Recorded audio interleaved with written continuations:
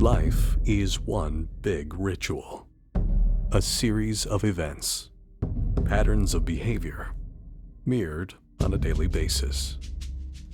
Some would call it a grind. Hockey players call it a labor of love. Do what it takes to help your team win. Guys have different routines, different ways they walk into the rink. It's something that you do so many times a year, so it becomes natural to you to prepare yourself, same routine every day, and by the time you get to the arena, it's just business as usual. Hockey is a business, and nothing can disrupt that routine quite like the trade deadline. Some guys are probably a little anxious as to what could happen, and as a manager, and I know our staff, we're anxious as well. We don't know what's going to happen either, because some of these things come down the last minute, as we know, and you don't know what's going to transpire. So I think it's a little nerve-wracking for both players and managers. You try not to let it get to you, it's part of the job, and you take it day by day. I think everyone has a little bit of that uneasiness about what the deadline might bring. Certainly in Pittsburgh, guys don't want to go anywhere else. We have a winning team, great players, great fans. It's a good city to live in. I don't think one guy in this locker room want to leave. With the deadline looming, the Penguins worked off some stress before leaving for Philly. It was mid-February. Pittsburgh had lost 4 of its last 7 and dropped to 4th place in the Atlantic Division. The Penguins were headed down the home stretch and about to find out who they really were. The game in Philly for us was a big game, knowing we played them 4 more times, knowing we hadn't beat them yet, knowing we hadn't won in Philly. We were chasing them.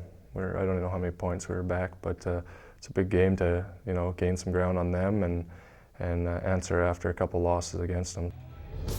The Penguins hadn't won in Philly in nearly a year. And with 25 games left in the regular season, they needed to win this one to stay in the division race. Here's Cook with it, shooting, he scores! Matt Cook gets the first goal, and the Penguins take a 1-0 lead in Philadelphia.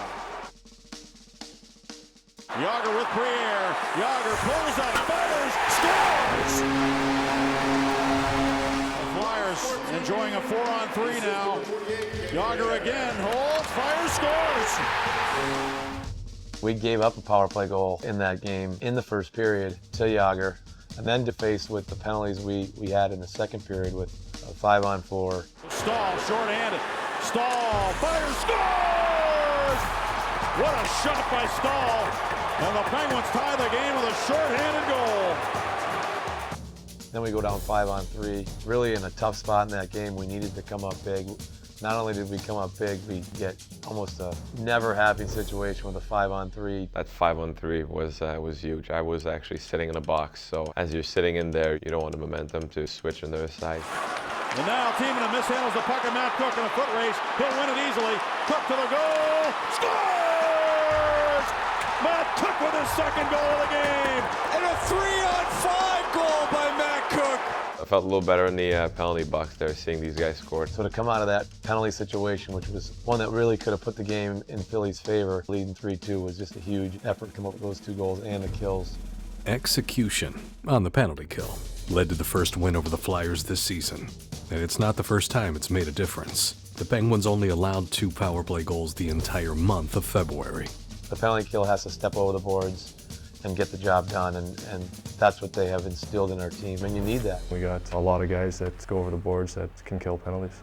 Anyone that's out there is going to put their face in front of the puck just to block it. I think it's a system. It's also the players that we employ that take great pride in their penalty kill and their stats, and of course your goaltender's got to be your best penalty killer, as they say. It's an old cliche. Your goaltender has to be your best penalty killer, and goaltending has been unbelievable for us. Between that and of course our power play this year has been in the top 5. We've got the best special teams combined in the league right now. But the Penguins wanted to be the best team in the league. After a letdown in Buffalo, the best team in the Eastern Conference came to town. Coming back with the challenge of playing the Rangers, who are 10 points ahead of us in the standings, who clearly we haven't done real well. We haven't beaten them in this building yet at all. It was a really big game for us, and I know a lot of guys felt like they needed to step up in that game. We know we had 3 games left against the Rangers, and if we had any hope of catching them by the end of the season here, we needed to win all 3, and we played one of our best games of the year. Picked up by Malkin. He's behind the defense. Malkin in on Lundqvist. He scores! He burns Lundqvist on the backhand to make it 1-0. Sullivan, he fires, scores! And Sullivan does pick up his first power play goal in 24 games. Special teams and goaltending won the game for Pittsburgh. Here come the Rangers. Anisimov with a shot. Fleury gloves the puck and holds on to it. Marc-Andre Fleury held on for the shutout, the 22nd of his career, tying him with Tom Barrasso for the most in franchise history. Flower obviously has been playing sick and keeping us in the games, and it was a huge win for us and I think a big confidence booster.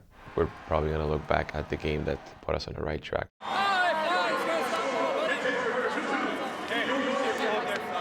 My mindset really hasn't changed that much in this hockey team. Beating the Rangers in Philly, it helps solidify your feeling about your team. You know, when we lost 6 in a row earlier in the year, I still said that I liked our team. Well, it's always important to play well against the top teams, and those 2 games were a perfect example to go into Philly and to win that game there, which is always a tough place to play, and win against the top team in the East at the time. It did a lot for our team, for our confidence, and knowing that we can play against anybody in the league. Management was happy with the roster, content that this team, as currently assembled, needed no repair. A ringing endorsement for the players, and that was the only ringing they wanted to hear. I know, just speaking to a few of our players, when the phone rings on deadline day, the prominent thought in their mind is, where am I going? Should I just get traded? I got a call at about 20 to 3 from a 412 number, so I was in the grocery store with the wife, and it was my heart kind of dropped for a second there, but it was just my car was ready, so some relief there. Relief would be coming, just not in terms of a quick fix. We didn't do anything at the deadline. You know, for a good portion of the year, we led the league in man games lost due to injury, and now we're starting to get healthy, it seems. So we're happy with our team as it was the trade deadline, and hope to get Sid back at some point. We like our room. This is the team that's going to get it done. It's not going to be anyone coming in. It's not going to be outside help. Oh, it's awesome. For them to keep everyone here, not bring anyone in, shows a lot. They're confident in the team we got here, and I think everyone in the dressing room is.